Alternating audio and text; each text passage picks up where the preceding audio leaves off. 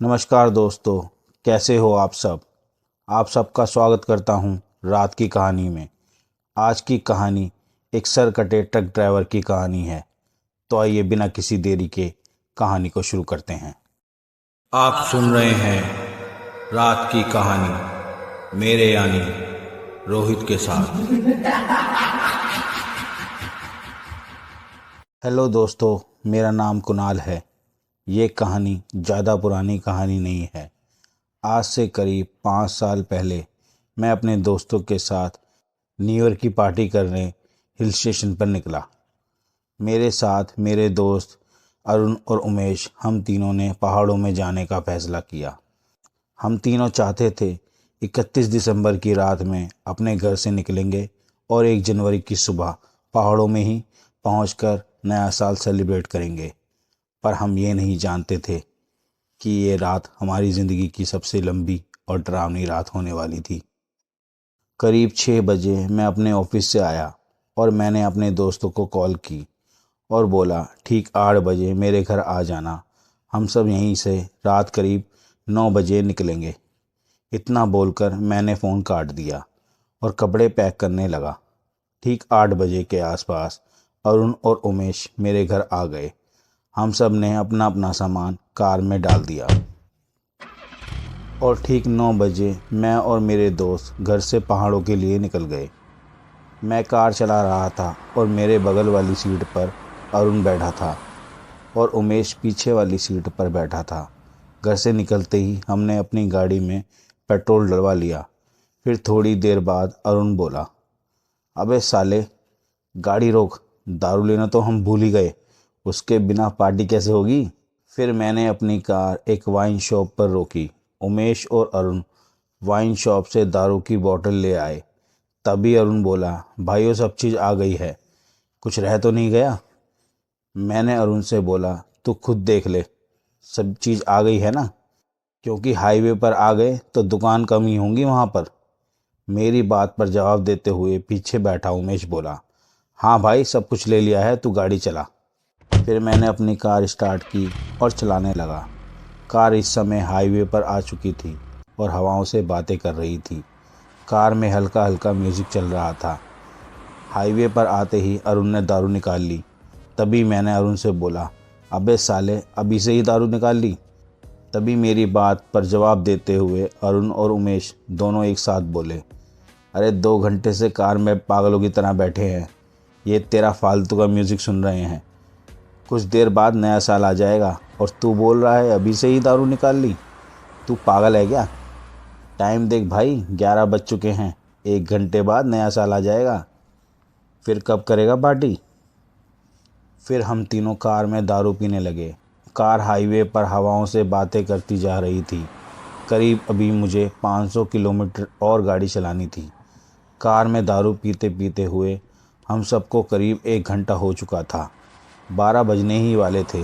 तभी अरुण उमेश से बोला, अबे साले उमेश, सिगरेट तो दे दे, दारू पीने के बाद सिगरेट पीने का अलग ही मज़ा होता है। अरुण की बात पर उमेश पीछे देखने लगा तो उमेश ने देखा वो सिगरेट लाना भूल गया था। उमेश ने अरुण को जवाब दिया, अबे अरुण यार, सिगरेट तो लाना भूल ही गया। तभी अरुण उमेश को सुनाने लगा। दोनों आपस में बहस करने लगे। तभी मैं बोला, अबे सालों, लड़ क्यों रहे हो, अभी रास्ते में लेते हैं सिगरेट, परेशान मत हो। उसके 30 मिनट बाद एक छोटी सी पान की दुकान आई। मैंने अपनी कार वहीं रोकी और हम तीनों कार से उतरकर सिगरेट जलाने लगे। नया साल भी आ गया था। सिगरेट पीते हुए हम एक दूसरे को नए साल की बधाइयाँ देने लगे। तभी मैंने बोला, चलो भाइयों, कार में बैठो, हमें और आगे तक जाना है, लंबा रास्ता है। तभी पीछे से आवाज़ आई, कहाँ जा रहे हो साहब। मैंने पीछे मुड़ के देखा तो एक बहुत ही बूढ़ा आदमी, हाथ में लाठी लिए, सर पर गमछा बांधे, शरीर पर शॉल ओढ़े हुए हमें पीछे से आवाज़ दे रहा था। तभी अरुण बोला, अरे क्या हुआ चचा, कैसे परेशान हो। तभी अपनी भारी सी आवाज़ में वो बूढ़ा आदमी बोला, कहाँ जा रहे हो। अरुण ने जवाब दिया, चाचा, पहाड़ों की तरफ जा रहे हैं नया साल मनाने, और आपको भी नए साल की बहुत बहुत बधाई। चलो हम चलते हैं। रुक जाओ, इस समय तुम्हें आगे नहीं जाना चाहिए। आगे बहुत खतरा है मेरे बच्चों। तभी मैंने उस बूढ़े चाचा से बोला, क्या हुआ चाचा, कोई परेशानी है क्या? हाँ बेटा, बहुत बड़ी परेशानी है। जिस रास्ते पर तुम जा रहे हो वो रास्ता रात के लिए सही नहीं है, वो घूमता है वहाँ। तभी मैंने पूछा, वो कौन? तभी उस बूढ़े आदमी ने बोला, तुम शहरी बच्चे हो, नया साल मना रहे हो, ऐसा ना हो कोई मुसीबत में पड़ जाओ, इसलिए बोल रहा हूँ आगे मत जाओ। ठीक नहीं है आगे जाना। पर क्या दिक्कत है चाचा, ये तो बता दो। मेरी बात पर यकीन करोगे तो नहीं, पर मेरा फर्ज बताना है। तुम्हें सतर्क करना है। आगे वाले रास्ते में एक ट्रक घूमता है जो हर अमावस्या की रात को लोगों को दिखाई देता है। उसमें और कोई नहीं बल्कि एक सरकटा होता है जो लोगों को मारता है, वो भी उसी तरह जिस तरह उसको मारा गया था। वो लोगों का सर काट देता है, इसलिए बोल रहा हूँ तुम आगे मत जाओ। तभी उस बूढ़े आदमी की बात सुनकर उमेश मेरे कान के पास आया और बोला, अरे चल यार कुणाल, ये तो हमारी न्यू ईयर की पार्टी की माँ बहन एक कर रहा है। तू इसकी बात छोड़, जल्दी चल यहाँ से। ये तो पी हुई दारू भी उतार रहा है यार। तभी हम तीनों कार में आके बैठे। जैसे ही मैंने अपनी कार स्टार्ट की, वो बूढ़ा आदमी मेरी साइड आकर बोला, तुम शहरी बच्चे हो, सुनोगे नहीं मेरी बात। फिर भी तुम सबको जाने से पहले एक बात बोलना चाहता हूँ। अगर गलती से भी वो तुमको दिखे तो गाड़ी से मत उतरना। गलती से भी उस ट्रक ड्राइवर के सामने मत आना, उसको रोकने की कोशिश मत करना। बाकी भगवान तुम सबको सलामत रखे। इतना बोलकर वो बूढ़ा आदमी चला गया। फिर से हमारी कार हवाओं से बातें करने लगी। थोड़ी देर बाद मैंने देखा दो रास्ते निकल रहे थे। एक पर तो बहुत बड़ा जाम लग रहा था। लोगों से पूछा तो पता चला वहाँ कोई एक्सीडेंट हो गया है। पर दूसरे रास्ते पर कोई भी नहीं जा रहा था। तभी अरुण बोला, कुणाल इस रास्ते पर ले ले, ये रास्ता भी आगे हाईवे पर मिल जाएगा। मैंने अरुण की बात मानते हुए उसी रास्ते पर ले लिया। जैसे ही हम उस रोड पर मुड़े, वहाँ एक बहुत बड़ा बोर्ड लगा हुआ था जिस पर लिखा था, रात के 12 बजे के बाद और सुबह के 5 बजे से पहले इस रोड पर जाना खतरनाक है। मैंने अरुण और उमेश से बोला, भाई ये वही रास्ता है जिस रास्ते पर उस बूढ़े आदमी ने हमें मना किया था जाने को। तभी मेरी बात पर हंसते हुए उमेश और अरुण दोनों बोले, अरे तू भी पागल है यार, उस बूढ़े आदमी की बात पर आ गया। हम दोनों तो कब की भूल गए वो बात, और तू है कि उस बात को अभी भी लेकर बैठा है। और तू सच में यार पढ़ा लिखा अनपढ़ आदमी है जो इन फालतू की बातों पर यकीन करता है। मैं भी उन दोनों की बातों में आ गया, पर मैं ये नहीं जानता था कि कितनी बड़ी गलती करने वाला था। वो बड़ा और अच्छा हाईवे था, पर जैसे ही हम उस मोड़ पर मुड़े तो वो रास्ता कच्चा रास्ता हो गया। वहाँ चारों ओर बस बड़े बड़े पेड़ और बीच से एक बेकार सी सड़क जा रही थी। मैं बार बार उन दोनों को समझा रहा था कि ये रास्ता सही नहीं है, पर वो दोनों दारू के नशे में इतने डूब चुके थे कि उनको कुछ भी दिखाई नहीं दे रहा था। मैंने दारू कम पी थी क्योंकि मैं कार चला रहा था। थोड़ी देर बाद कार चलाते चलाते अचानक मेरी कार एक छोटे से पत्थर से जा टकरा गई। एकदम से कार में बहुत तेज आवाज़ आई और कार अचानक बंद हो गई। तभी अरुण बोला, क्या हुआ, गाड़ी कैसे रुक गई? अभी तो मज़ा आ रहा था यार, और तूने गाड़ी रोक दी। यही बात उमेश भी बोला। तभी मैंने गुस्से से बोला, अबे सालो, गाड़ी किसी पत्थर से लग गई है, नीचे उतर कर देखना पड़ेगा क्या दिक्कत है कार में। मैं कार का गेट खोलने ही वाला था, तभी मुझे उस चाचा की बात याद आ गई जो हमें पान की दुकान पर मिला था, जिसने हमें मना किया था यहाँ आने के लिए। मुझे उसकी सारी बात याद आ गई। उसने हमें बोला था अगर हम उस रास्ते पर आए तो ना कार से बाहर निकले, ना ही उस ट्रक ड्राइवर के रास्ते में आए। तभी मैंने अरुण और उमेश से बोला, भाइयों बाहर मत निकलो, ये रास्ता वही रास्ता है जिस पर हमें आने के लिए उस बूढ़े आदमी ने मना किया था, याद है ना? उसने क्या बोला था? तभी मेरी बात को मजाक लेते हुए अरुण और उमेश बहुत जोरों से हंसने लगे और हंसते हुए अरुण बोला, तुझसे हद है कुणाल भाई, मुझे एक बात बता, यहाँ सड़क पर कौन सा सरकटा घूम रहा है? उस बूढ़े आदमी ने तुझे पागल बनाया और तू बन गया। छोड़, चल देखते हैं कार के नीचे क्या फंस गया है। तभी हम तीनों कार से बाहर निकले तो हमने देखा वहाँ कोई भी पत्थर नहीं था। तभी उमेश बोला, अबे साले, यहाँ तो कुछ भी नहीं है। तू तो बोल रहा था कार के नीचे पत्थर आ गया है, कुछ भी तो नहीं है यहाँ पर। चल कार स्टार्ट कर। फिर मैं कार स्टार्ट करने की कोशिश करने लगा। कार स्टार्ट नहीं हुई। मैंने कार को ठीक करने की बहुत कोशिश की, पर मुझे समझ नहीं आ रहा था कार स्टार्ट क्यों नहीं हो रही थी। कार को अचानक हो क्या गया था। बहुत बार कोशिश करने के बाद भी कार स्टार्ट नहीं हुई। तभी तंग आकर हम तीनों कार में आकर बैठ गए। अरुण और उमेश फिर से कार में बैठकर दारू पीने लगे। मैं उनको बार बार मना किए जा रहा था, पर वो मेरी एक नहीं सुन रहे थे। फिर थोड़ी देर बाद मुझे दूर से एक ट्रक दिखाई दिया। उसे देखकर मेरा पूरा खून सूख गया। तब मैंने अरुण और उमेश से बोला, देखो सालो, पीना बंद करो, वो सरकट आ गया है, देखो ट्रक आ रहा है, उसमें सरकटा है, वो हमें मार देगा। भागो भाइयों भागो, वरना आज हमारी लाश इस जंगल में मिलेगी, भागो। जैसे ही मेरी बात खत्म हुई, वो दोनों मेरी बात पर जोर जोर से हंसने लगे।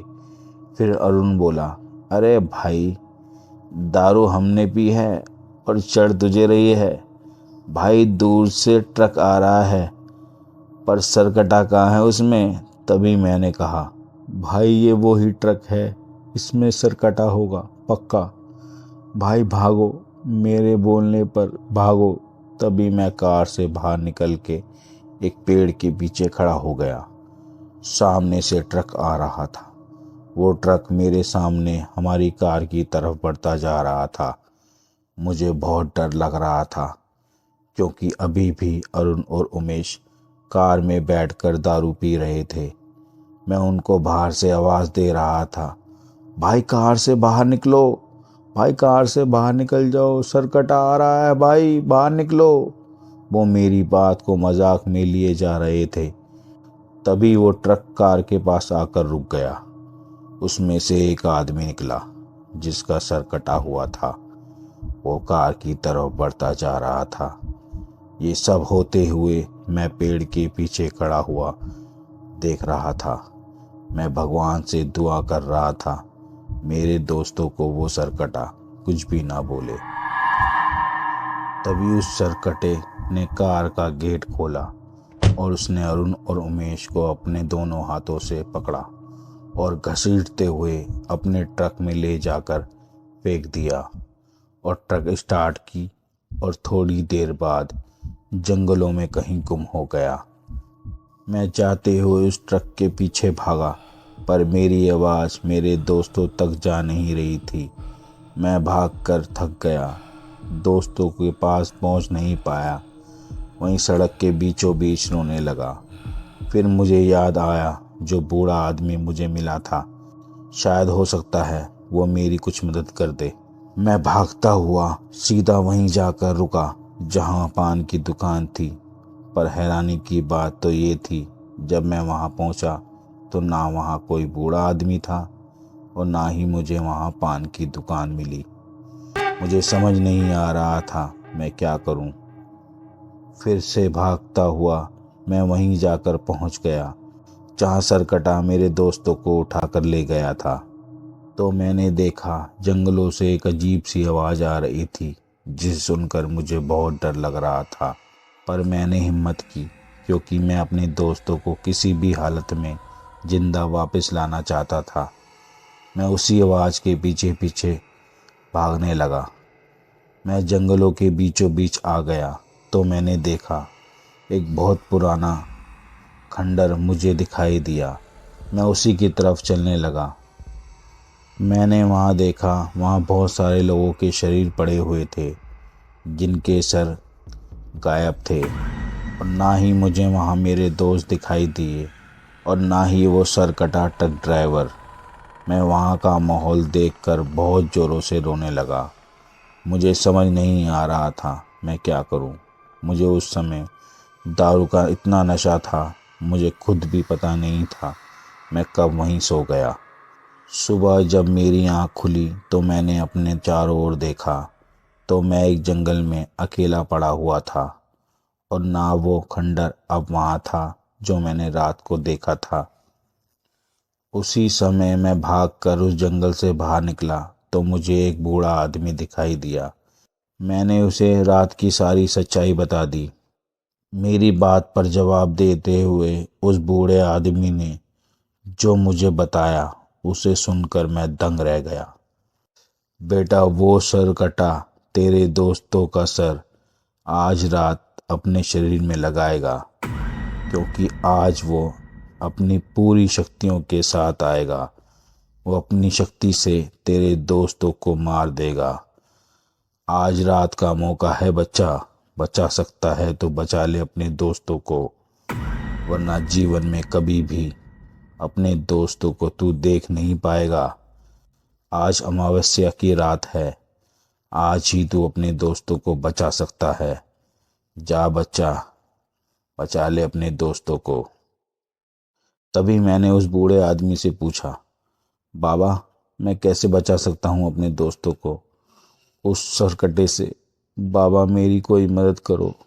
तभी वो बूढ़ा आदमी बोला, मैं तुझे बस इतना बता सकता हूँ, वो मरेगा कैसे। उसका सर उसी खंडर में कहीं है। तुझे उसे ढूंढना होगा और उस सर को तुझे जलाना होगा, वो भी उसी अग्नि कुंड में जो अग्नि कुंड सरकाटा आज रात को जलाएगा। आज रात वो पूजा करेगा जिसके जरिए वो तेरे दोस्तों के सर को अपने धड़ से लगाएगा। याद रखना, अगर तुझे उसने देख लिया तो ये सब करते हुए तो वो तुझे मार देगा। हिम्मत रखना, तभी तू जीत पाएगा उस सरकटे से। तेरे पास एक ही मौका होगा, किसी भी तरह ये काम कर, तुझे करना होगा अगर तू अपने दोस्तों को बचाना चाहता है। जा, भगवान तेरे साथ है। इतना बोलकर वो बूढ़ा आदमी पता नहीं कहाँ चला गया। फिर रात हो गई। मैं अपनी कार में बैठा था, वहीं से उस सरकटे का इंतज़ार कर रहा था। तभी मैंने देखा वो सरकटा जंगलों में दिखाई दिया। मैं कार से बाहर निकला और जंगलों की तरफ भागा। वहाँ जो मैंने देखा वो देखकर मेरे पैरों तले ज़मीन निकल गई।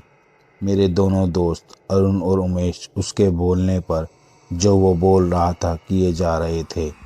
ऐसा लग रहा था जैसे उस सरकटे ने मेरे दोनों दोस्तों को पूरा अपने वश में कर लिया हो।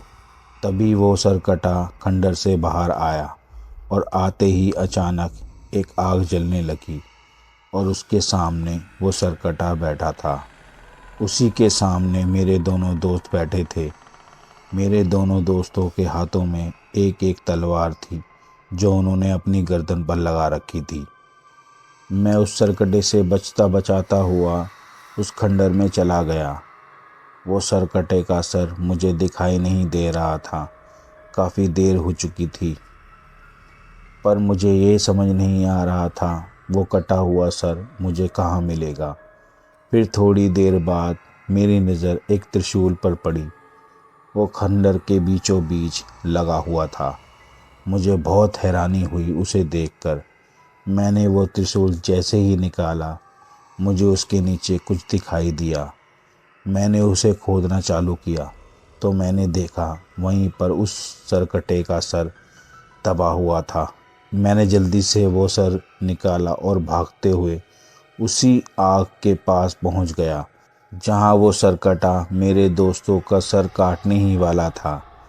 जैसे मैंने उसका सर उसी आग में फेंका, तभी उसमें से एक बहुत ज़ोरों से आग जली, जिसकी वजह से मैं भी बेहोश हो गया। और जब मैं उठा तो मैंने देखा ना वहाँ कोई अब खंडर था, ना ही कोई आग। वहाँ बस मेरे दोस्त जंगलों के बीचों बीच बेहोश पड़े हुए थे। मैंने दोनों को उठाया और कार की तरफ ले गया और कार में बैठाकर घर ले आया। उस रात मैंने अपने दोस्तों को कैसे उस सरकटे से बचाया, ये मैं भी नहीं जानता। आज भी उस घटना के 5 साल बाद भी मैं अगर अपने दोस्तों से कुछ पूछता हूँ तो उनको कुछ भी बात याद नहीं। उस रात के बारे में वो कुछ भी नहीं जानते। मैं तो उस सरकटे से अपने दोस्तों को बचा लाया। पर अगर आपको कोई मना करे कहीं जाने के लिए तो अपने बुजुर्गों की बात ज़रूर माने, क्योंकि हर बार सरकटा ज़रूरी नहीं कि मर जाए। आशा करता हूँ आपको ये कहानी अच्छी लगी होगी। अपना और अपने परिवार का ख्याल रखें और सुनते रहें रात की कहानी। मिलते हैं किसी और कहानी में।